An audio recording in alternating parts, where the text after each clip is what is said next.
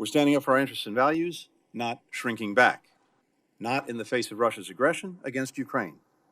Not in the face of an intensifying strategic competition in the Indo-Pacific and around the world. If the witness will suspend, and I ask that everyone again respect this hearing, we will suspend until the room is cleared. Is calling for a ceasefire. Shame on you all. The world is calling for a ceasefire. The American people don't want to support this brutal war. Stop the war. Stop the ceasefire now. Stop funding this brutal massacre that Israel is doing on the people of Gaza. Ceasefire now. Ceasefire now. Ceasefire now.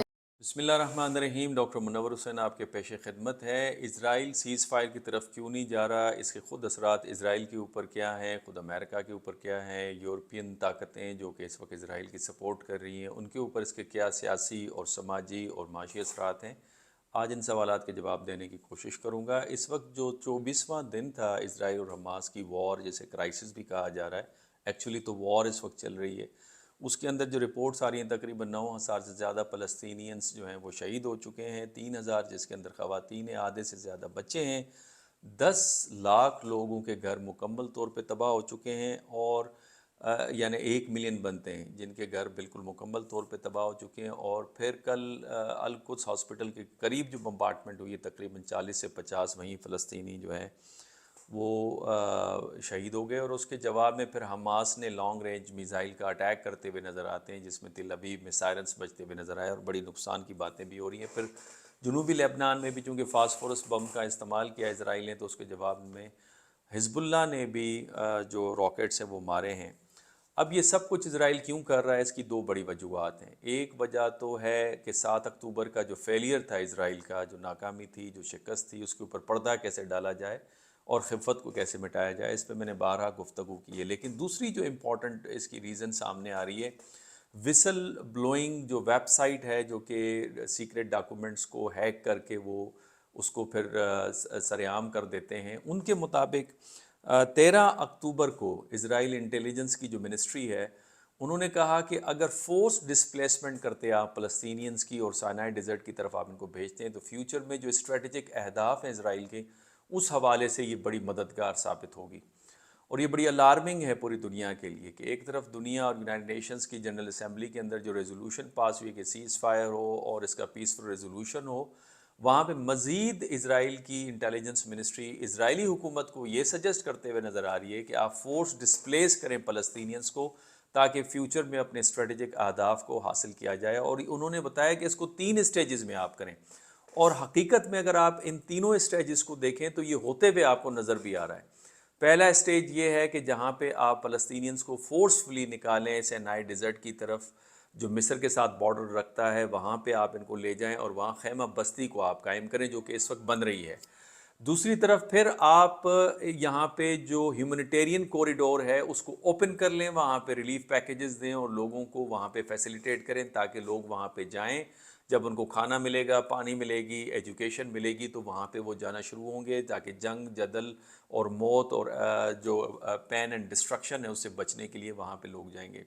تو دوسرے stage کے اندر وہاں پہ آپ ہیومنیٹیرین corridor کو کھولیں، اور تیسرے اسٹیج پہ وہاں ایک پورا شہر کو کنسٹرکٹ کریں ناردرن سینائی ڈیزرٹ کے اوپر، اور پھر ایسا شہر آپ کنسٹرکٹ کریں کہ جہاں سے فلسطینینز واپس غزہ کی طرف نہ آ سکیں.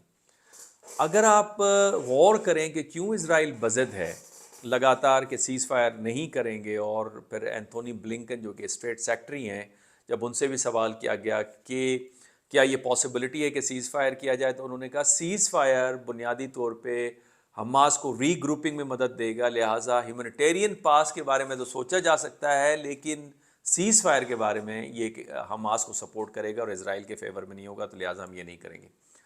تو یہ ساری جو اسٹیٹمنٹ ہے، یہ جو پلاننگ جو لیک آؤٹ ہوئی ہے ویسل بلوئنگ ویب سائٹ کے ذریعے، وہ اس چیز کا پتہ دے رہی ہے. اب اس کے اگر آپ امپلیکیشنز دیکھیں تو خود اسرائیل کے اوپر بھی امپلیکیشنز ہیں. اس وقت تک 10 لاکھ اسرائیلی جن کے پاس ڈوئل نیشنلٹی ہے، امریکہ کی، یورپ کی، وہ واپس چلے گئے ہیں اپنے ہوم کنٹریز کی طرف اور واپس آنے کا ارادہ نہیں رکھتے. اس سے ہی تقریباً اتنی ہی تعداد انتظار میں بیٹھی ہے کہ ان کو سواریاں ملیں اور وہ وہاں سے چلے جائیں.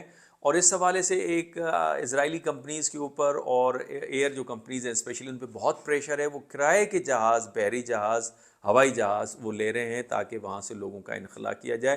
اس سارے مدعے میں جو پھنستے ہوئے نظر آ رہے ہیں وہ افریقن جیوز پھنستے ہوئے نظر آ رہے ہیں، جو ایتھوپیا سے اور دوسرے افریقن ممالک سے جن کو لایا گیا اس آسرے پہ کہ آپ یہاں پہ آباد ہوں. چونکہ ان کے پاس ڈوئل نیشنلٹی نہیں ہے، ریسورسز نہیں ہیں، تو وہ جو اس وقت ریزسٹنس چل رہی ہے، جو وار چل رہی ہے، اس کا انفیکٹ وہ بری طرح سے افیکٹ ہوں گے. اس کا دوسرا جو ایفیکٹ آپ کو نظر آ رہا ہے وہ جو ایکسس آف ریزسٹنس جس کا نام لیا جا رہا ہے، جس میں حشد شعبی ہے، جس میں حماس ہے، جس میں حزب اللہ ہے، جس کے اندر عراقی دوسری فورسز ہیں، حوثی جو تنظیم ہے یمن کی وہ ہے، وہ آپ کو مضبوط ہوتے ہوئے نظر آ رہی ہے. اور اس کی مثال یہ ہے کہ خود جو CNN کے مطابق اور جو حوثی جو گورنمنٹ ہے ان کی جو ٹیلی ویژن ہے المصرا ٹی وی کے مطابق حوثیوں نے ڈرون اٹیک کیا ہے. پہلے بھی میزائل اٹیک کیا تھا، ڈرون اٹیک کیا ہے اسرائیل کے اوپر جسے امریکنز نے انٹرسیپٹ کیا ہے. اور حوثی جو گورنمنٹ کے جو پرائم منسٹر ہیں عبدالعزیز بن ہفتار، انہوں نے کہا ہے کہ ہم اس مضبوط ریزسٹنس ایکسس کا حصہ ہیں اور ہم فیوچر میں qualitative drone and long range missile کا تل اویو کے اوپر اٹیک بھی کریں گے اور ہم اس طرح سے فلسطینینز کو نہیں چھوڑیں گے. تو بنیادی طور پہ اگر آپ امپلیکیشن دیکھیں خود اسرائیل کی سیکیورٹی کے لیے تو وہ کوئی امپلیکیشن کوئی بہت پازیٹیو نہیں ہے. چونکہ گوریلا وارفیئر سے وار کرنا، میں ہمیشہ یہ بات کرتا ہوں، بڑا مشکل ہے. 1970s میں امریکنز نے ویتنام میں مار کھائی، اسی طرح سے سوویتس نے مار کھائی افغانستان کے اندر.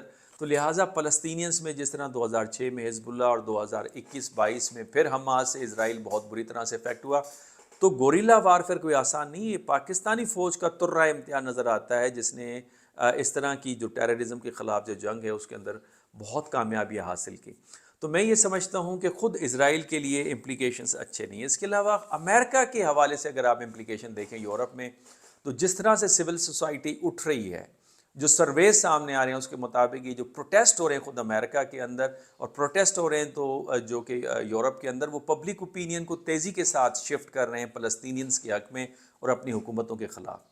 ابھی ریسنٹلی جو اپروپریٹ کمیٹی جو سینٹ کی، امریکن کانگریس کی سینٹ کی جو کمیٹی ہے، اس کے سامنے اینتھونی بلنکن جو کہ اسٹیٹ سیکرٹری آف امریکہ ہیں، اور اس کے علاوہ لائڈ آسٹن جو کہ اسٹیٹ سیکرٹری آف ڈیفنس ہیں، انہوں نے جب ہیئرنگ دی اور انہوں نے ایک جسے آپ کہتے ہیں کہ ٹیسٹیفائی کیا اور ریکویسٹ کی کانگریس سے کہ وہ تقریباً $106 بلین کی ایڈیشنل ایڈ یوکرین وار کے لیے اور اسرائیل حماس جنگ کے لیے مختص کریں، جس میں تقریباً $14.3 بلین اسرائیل کو وہ فنڈ کریں گے اور $9 بلین ہیومینیٹیرین کاز کے لیے جس میں اسرائیل بھی اور فلسطینینز بھی شامل ہیں. تو اس ہیئرنگ کے دوران اگر آپ دیکھیں تو بہت ہی پرومیننٹ پرسنالٹیز اینڈ پروٹیسٹرز اس ہیئرنگ کے پیچھے آپ کو نظر آ رہے ہیں اور انہیں ہاتھ میں لال رنگ لگایا ہوا ہے اور وہ سلوگنز فریز کر رہے ہیں. اس رنگ کا مطلب ہے فلسطینین کے بچوں کے خون کو سمبلائز کرتے ہوئے نظر آتے ہیں اور وہ کہتے ہیں save the children of Gaza. And اس کے علاوہ کہتے ہیں کہ stop funding genocide, stop funding genocide, they are calling it genocide. اور اس کے بعد ان کی گرفتاریاں بھی ہوتی ہیں جس میں ان کے جو ویٹرن ہیں امریکنس، ینگ ویٹرنس وہ بھی شامل ہیں، ایکس ڈپلومیٹس بھی شامل ہیں. اس کے علاوہ ان کے جو سول سوسائٹی کی جو پرومیننٹ پرسنالٹیز ہیں وہ بھی اس کے اندر شامل ہیں. خود امریکہ میں کیپٹل ہل کے اندر جو پروٹیسٹ ہوئے ہیں اس میں امریکہ میں 2 بڑی جوئش جو ہے آرگنائزیشنز آپ کو نظر آتی ہیں جو کہ سر فہرست ہر جگہ نظر آتی ہیں. وہ Jewish voice for peace JVP اور دوسرا اف ناٹ ناؤ، دونوں نے زبردست قسم کے پروٹیسٹ کیے کیپٹل ہل کے اندر، فلسطینینز فلیگز کو اٹھایا اور انہوں نے کہا کہ پیسفل ریزولوشن ہونا چاہیے اسرائیل اور فلسطینین کرائسس کا. اور عراق وار کے بعد نیو یارک میں سب سے بڑی سول ڈس اوبیڈینس بھی نظر آئی جس میں 500 لوگوں نے سٹ ان کیا، اس میں سے 350 لوگ گرفتار ہوئے. اس میں ان کے سیلیبریٹیز بھی ہیں، اس میں ان کے ڈپلومیٹس بھی ہیں، اس کے اندر جوئش ربیز بھی شامل ہیں، ایلڈرلی لوگ بھی ہیں، ینگسٹرز بھی موجود ہیں. اب جو امریکہ کا سروے آ رہا ہے اس سروے کے مطابق جو پبلک اوپینین تیزی سے شفٹ ہو رہی ہے، جہاں پہ تقریباً کہا یہ جا رہا تھا کہ 49% امریکنز جو ہیں وہ اسرائیل کو فیور کر رہے ہیں، ان کے حوالے سے سمپتھائزرز ہیں، اور 10% فلسطینینز کے حوالے سے سمپتھائزر ہیں. وہ کنورٹ ہو رہی ہے، اور زیادہ تر ینگسٹرز 18 سے 24 سال جو امریکن ینگسٹرز ہیں وہ فلسطینینز کے حق میں ہیں. 26% امریکنز یہ سمجھتے ہیں کہ دونوں ممالک کو پیسفل انداز سے اس کا حل نکالا جائے، اور اس کے علاوہ اگر پریزیڈنٹ بائیڈن کی جو حکمت عملی ہے اس کی اپروول کو دیکھیں تو 48% امریکن سمجھتے ہیں کہ وہ ٹھیک نہیں ہے، جبکہ اب بھی کچھ میجورٹی، سلائٹلی میجورٹی 52% یہ سمجھتی ہے کہ بائیڈن، جو پریزیڈنٹ بائیڈن کر رہے ہیں وہ ٹھیک کر رہے ہیں. اگر آپ موازنہ کریں پریزیڈنٹ بائیڈن کا اور پریزیڈنٹ ٹرمپ کا، تو پریزیڈنٹ ٹرمپ نے تو اپنے پروٹیسٹ میں کہا کہ ہمیں آنے دیں. جو کالجز اینڈ سول سوسائٹی کے اندر لوگوں نے جو American society and colleges and universities کو کیپچر کیا ہوا ہے ٹیررسٹ کے حق میں جو پروٹیسٹ کر رہے ہیں، ان کو ہم ڈھونڈ کے ڈپورٹ کریں گے، اور مسلم امیگریشن کے اوپر بین ہونا چاہیے. اگر ان کو کمپیئر کریں ان کے خیالات کے مطابق پریزیڈنٹ بائیڈن کے ساتھ، تو پریزیڈنٹ بائیڈن کے زیادہ ڈیموکریٹک کریڈینشلز آپ کو نظر آتے ہیں. اسی لیے ہیومینیٹیرین جو سپورٹ آپ کو نظر آتی ہے غزہ اور فلسطین کے حوالے سے، اس میں اسرائیل کو کہتے ہوئے نظر آ رہے ہیں کہ آپ ہاتھ اپنا ہولا رکھیں اور ہیومینیٹیرین ایڈ کو آپ جانے دیں. لیکن جو وسل بروئنگ جو ویب سائٹ نے جو آئیڈینٹیفائی کیا ہے کہ اسرائیل کا پلان یہ ہے کہ فیوچر میں جا کے اس علاقے کو، نارتھ غزہ کو خالی کروا کے اسٹریٹجک پرپزز کے لیے استعمال کیا جائے گا. ایک نیا شہر سانائے ڈیزرٹ نارتھ کے اندر اس کو آباد کیا جائے گا، جہاں سے فلسطینینز کو واپس نہیں آنے دیا جائے گا. آج کے لیے یہی. اگر آپ نے چینل سبسکرائب نہیں کیا تو سبسکرائب کرنا نہ بھولیں. اپنی رائے سے مجھے ضرور آگاہ کرتے رہیے گا. اجازت دیجیے. اللہ حافظ.